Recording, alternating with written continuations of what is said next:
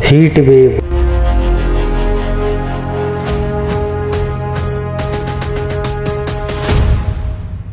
Historical hottest year of the record 2016, 2019 और 2020। जब सूरज अपने ताप से जमीन को जला देता है, जब हवाओं में जलन होती है, तब आती है एक नई बला जिसे हम कहते हैं हीट वेव। हीट वेव का कहर ऐसा टूटा कि बड़ी बड़ी जंगलों को तबाह कर रही है, हमारी इकोनॉमी को ध्वस्त कर रही है। जहां दूसरे देशों की बात की जाती थी, वहीं दूसरी तरफ अब भारत के बारे में लोग बात कर रहे हैं। हीट वेव कोई आम समस्या नहीं है। जहां एक तरफ लोग प्रकृति को उजाड़ने पर लगे हैं, वहीं दूसरी तरफ प्रकृति भी हमसे बदला लेने पर तुली है और बहुत से मासूमों का जान ले रही है।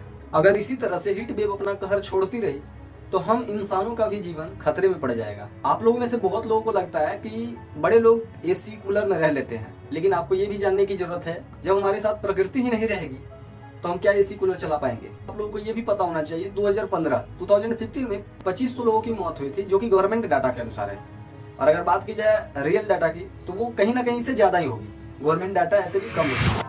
नमस्कार दोस्तों, आज की इस वीडियो में हम हीट वेव के इतिहास को पलटेंगे और जानेंगे कि हीट वेव क्या है, ये कैसे बनती है और इसके प्रभाव क्या है। सबसे पहले हम जान लेते हैं हीट वेव क्या है।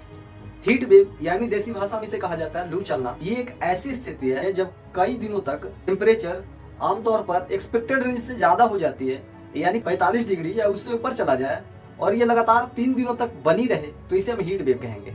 अब बात कर लेते हैं इसके कुछ कॉजेज के बारे में कि इसके मुख्य रूप से 3 कारण हैं: क्लाइमेट चेंज, वेदर पैटर्न और अर्बनाइजेशन। एक एक करके इस कारण को समझते हैं और आगे बढ़ते हैं। क्लाइमेट चेंज में ग्लोबल वार्मिंग के कारण हीट वेव का फ्रीक्वेंसी और इंटेंसिटी दोनों बढ़ जाती है। वहीं दूसरी तरफ बात कर लेते हैं वेदर पैटर्न के बारे में। हाई प्रेशर सिस्टम जो कि हीट वेव के लिए जिम्मेदार होता है, क्योंकि ये जो है गर्म हवा को पृथ्वी पर रोक देता है, इसी के कारण हीट वेव होती है। नेक्स्ट बात कर लेते हैं अर्बनाइजेशन के बारे में। शहरीकरण, शहरों का विकास भी एक मुख्य फैक्टर है हीट वेव को मेंटेन करने का। Chapter 2, why do heat wave occurs. इसके 2 सबसे इंपॉर्टेंट फैक्टर हैं। Number 1 metrological factor, number 2 human activity. Metrological factor के भी 2 सबसे इंपॉर्टेंट पॉइंट हैं: हाई प्रेशर सिस्टम और lack of rainfall. High pressure system ground पर हवा को रोककर टेम्परेचर को बढ़ा देती है। लैक ऑफ रेनफॉल, बारिश न होने पर मिट्टी और हवाएं ड्राई हो जाती है, जो हीट वेव को भी सेवर बनाती है। ह्यूमन एक्टिविटी, डिफॉरेस्टेशन और इंडस्ट्रियलाइजेशन। डिफॉरेस्टेशन यानी पेड़ों की कटाई। हम सभी जानते हैं कि पेड़ों को काटने से प्रकृति का कूलिंग सिस्टम कम हो जाता है, लेकिन हम भीषण संहार करते जा रहे हैं और पेड़ों को काटते जा रहे हैं, और इसका खामियाजा हमें भुगतना पड़ रहा है। यही दूसरी तरफ इंडस्ट्रियल इमिशन भी है, जहां फैक्ट्री और व्हीकल से निकलने वाले कार्बन इमिशन टेम्परेचर को बढ़ने में मदद करती है। चैप्टर 4, जिसमें हम बात करने वाले हैं हीट वेव के हीटिंग लोकेशन के बारे में, कि किस किस जगहों पर हीट वेव का ज्यादा प्रभाव देखने को मिलता है। ग्लोबल हॉटस्पॉट, जिसमें आता है इंडिया, यूरोप, यूएसए। इंडिया के नॉर्थ सेंट्रल पार्ट जैसे दिल्ली, राजस्थान, उत्तर प्रदेश हीट वेव से सबसे ज्यादा प्रभावित होता है। यूरोप भी 2003 में सीवियर हीट वेव का सामना कर चुका है। इसमें फ्रांस और स्पेन जैसे देश भी शामिल हैं। यूएसए का वेस्टर्न स्टेट जैसे कैलिफोर्निया, एरिजोना भी हीट वेव का सेंटर माना जाता है। अब एक नजर रूरल और अर्बन इंपैक्ट के ऊपर डालने की जरूरत है। अर्बन एरियाज, शहरी इलाके जैसे मुंबई, दिल्ली हीट आइलैंड बन जाते हैं, जहां टेम्परेचर काफी ज्यादा बढ़ जाती है और यहाँ लोगों को काफी परेशानियों का सामना भी करना पड़ता है। दूसरी तरफ रूरल एरियाज यानी गाँव की बात की जाए तो अर्बन एरियाज के मुकाबले कुछ स्थिति सही होती है, मगर यहाँ के लोगों को भी हीट वेव का सामना करना पड़ता है। चैप्टर 5, जिसमें हम जानेंगे कि किस तरह से हीट वेव हम पर अपना प्रभाव छोड़ती है, जिसे हम 3 पार्ट में बांट चुके हैं: हेल्थ इंपैक्ट, इकोनॉमिक इंपैक्ट और environmental impact. Heat stroke, dehydration, exacerbation of chronic condition.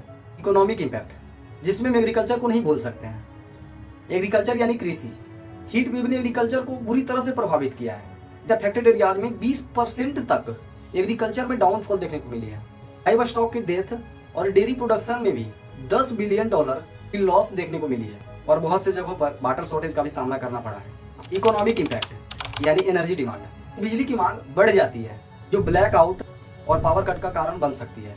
अगला एनवायरमेंटल इंपैक्ट, वाइल्ड लाइफ और इकोसिस्टम।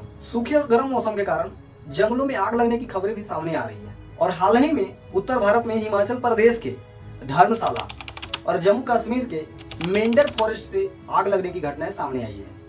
इस ईयर यानी 1 मई 2024 से 27 मई 2024 तक लगभग 80,000 से ज्यादा जगहों पर जंगलों में आग लगने की घटनाएं सामने आई है। फिलहाल हिमाचल जल रहा है आग लगने से सिर्फ जंगलों को नुकसान नहीं होता, यहाँ रहने वाले लाखों मासूम जीवों को अपनी जान देनी पड़ती है। चैप्टर 5, अब एक नजर recent heat wave statistical record और पास्ट रिकॉर्ड पर डालने की जरूरत है। जब बात करते हैं 2024 में हीट वेव की, तो सबका ध्यान दिल्ली की तरफ चला जाता है, क्योंकि पिछले दिन 29 मई 2024 को IMD यानी इंडिया मेट्रोलॉजिकल डिपार्टमेंट के अनुसार दिल्ली के मुंगेशपुर का टेम्परेचर 52.3 डिग्री सेल्सियस रिकॉर्ड किया गया था, जो कि अनप्रिडिक्टेड था। ये तो थी करंट डाटा। अब बात कर लेते हैं स्टैटिस्टिकल रिकॉर्ड के बारे में, जिसमें 2016, 2019 और 2020 के रिकॉर्ड के अनुसार सबसे गर्म वर्ष के रूप में दर्ज किया गया था और टेम्परेचर ऐसे ही 10 दिन या उससे ज्यादा तक मेंटेन रह गई थी, जो चिंता का विषय बन गया था। अब एक नजर पास्ट रिकॉर्ड यानी हिस्टोरिकल हीट वेव पर डालने की जरूरत है। 3 जून 2015 को हीट वेव के कारण गवर्नमेंट रिकॉर्ड के अनुसार 2500 लोगों की डेथ हुई थी और ये टेम्परेचर करेंट हीट वेव के टेम्परेचर से काफी कम थी। अभी का टेम्परेचर 52.9 डिग्री तक दर्ज किया गया है। वहीं दूसरी तरफ 2015 में 46 से 47 डिग्री तक पहुंचने में ही 2500 लोगों की डेथ हुई थी। आपने ये तो देख ही लिया है कि 2015 से 2024 तक हीट वेव ने अपना कदम कैसे बढ़ाया है। अब हमें हीट वेव से लड़ने की जरूरत है। आज हम शपथ लेते हैं कि हर साल हम कम से कम 10 पौधों को लगाएंगे, जिससे हमारा इकोसिस्टम सही होगा और हम हीट वेव से बच सकेंगे। हीट वेव का कहर किसी पर भी टूट सकता है, हम पर भी टूट सकता है और आप पर भी टूट सकता है। आपकी भी जाने जा सकती है, हमारी भी जाने जा सकती है। अभी फिलहाल हीट वेव से बचने की जरूरत है।